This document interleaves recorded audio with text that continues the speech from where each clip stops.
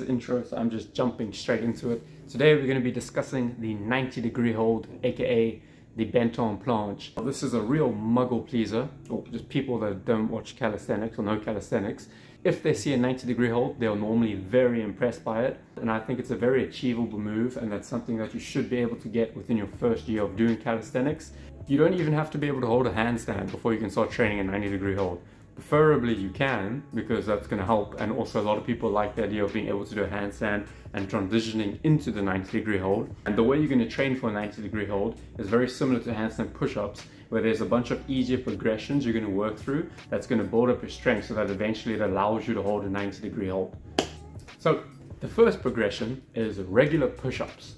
Make sure you're doing the push-ups properly with the elbows tucked in towards the body. That is very vital. People like having targets, so I'm going to say aim to be able to do at least 15 to 20 reps of a regular push-up. I think that's a good place to start. Second progression, or progression 1.B, if we're going to get technical, is going to be a push-up hold, where we're going to hold ourselves at the bottom of a push-up, keeping tension throughout the entire body, keeping our chest off the floor. Do this for 20 seconds. That's a good goal to aim for. Leveling up to progression number 2, we have pseudo push-ups. If you don't know what a pseudo push-up is, it's basically a push-up with your hands down by your hips instead of in line with your shoulders. Very important to note, we have to walk before we can run. And if you're trying to go from push-ups with your hands by your shoulders to down by your hips, you're trying to go from crawling to ice skating. It's crazy, that's crazy. So we're not going to try to jump straight to that. We're going to work within this range of motion and slowly build up our strength till we can do push-ups with our hands by our hips. When you do a 90-degree hold, your hands are basically turned completely upside down. If you have access to like parallettes or parallel bars, you can also use that to sort of take the wrists out of the equation to a large degree. There are some people that can do a 90-degree hold with their hands still facing forward, but that puts a load of strain on your wrists. We're going to slowly rotate our hands out the further down our hands get to our hips. And I'm going to give you a target. Let's say we're going to aim for 10 pseudo push-ups with our hands by our hips or close to our hips. If we can do that, we move on to progression 2.B, which is a pseudo push-up hold. We're going to hold at the bottom of the push-up, keeping tension throughout the entire body. Always, we never lose tension. We are always tight as a tiger. And remember to breathe. Remember to breathe. If you can do that, well done. We have graduated progression 2. Progression number 3, we're going to take that pseudo push-up position and we're going to try and move our hands slightly further down, completely inverting now, turning our hands so 180 away from where we're facing with our head. If that makes any sense to you. We're going to basically do a grounded 90-degree hold. Our toes are still going to be on the floor, but we are in the position of a 90-degree hold. I want you to try to raise one leg in the air, just a little bit. We're still trying to keep our body in line. We're not trying to hyperextend with our leg. Hold for 3 seconds, put that leg down, try to do the other leg, hold for 3 seconds, put that leg down.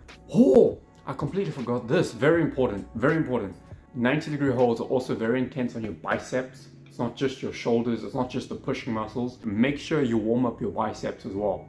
Okay, make sure they're thoroughly warm. Forgot to say that, that's very important.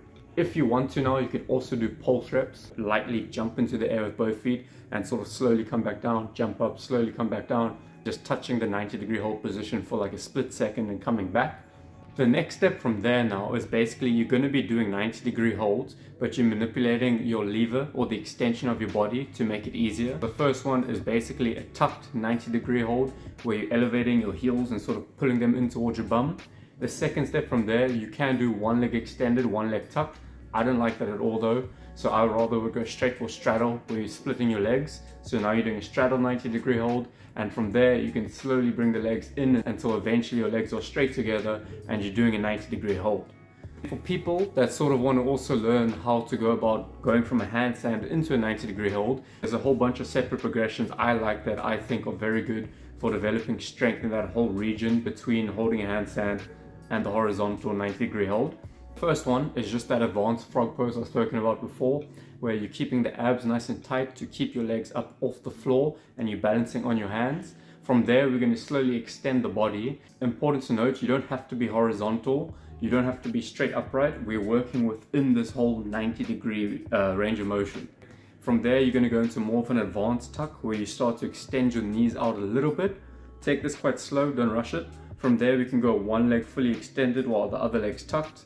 Then we can go into a more straddle pose. If you go through all these steps, the last extension phase is going to be the bottom of a handstand push-up. So you're in the position where you would be at the bottom of a handstand push-up, and you're going to slowly lower your body down. And now it's important, as you're lowering your body, your hands are also twisting and changing position, but you're just going to try as slow as you can control yourself down to horizontal till you're touching the floor.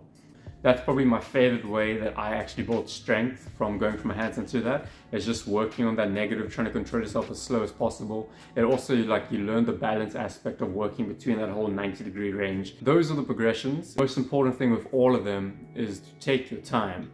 Take your time, because you're going to build your strength over time. A 90-degree hold is mainly just strength. The balance aspect's not nearly as high as like a handstand, so there's not much nuances or motor patterns that your brain has to learn to be able to perform the skill. By being patient and by working through the progressions over time, you will be able to get the 90-degree hold. As long as you don't rush it, you follow the steps and you're smart about it. Stretch afterwards, warm up before. I think that's all. Did that rhyme? I don't think so. But anyway, cheers, I hope this video helps and all the best.